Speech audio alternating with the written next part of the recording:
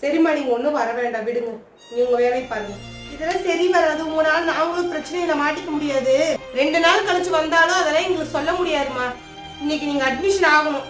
அப்படி இல்லைன்னா நீங்க லெட்டர் எழுதி நாட் பில்லிங் ஃபார்ம்ல கையெழுத்து போட்டு கொடுத்து நீங்க போய்க்கோங்க. புரிஞ்சுக்கோங்கம்மா. எடுத்து கொடுங்க. இந்தாங்க.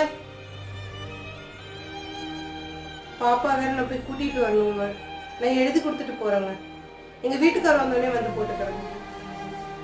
சில சமயம் பார்த்து தெரிஞ்சு உதவி பண்ணாமல் இருக்கிறவங்க மற்றவங்க கிடையாதுங்க, பெற்றவங்க தான். காரணம் காதல் திருமணம். என் வாழ்க்கையில் நடந்த உண்மை சம்பவம். வெளியில இருக்கிற குழந்தைய பார்க்கணுங்கிறீங்க. வயிற்றுக்குள்ள இருக்கிறது ஒரு குழந்தை தான். அது உங்களுக்கு தெரியுமா?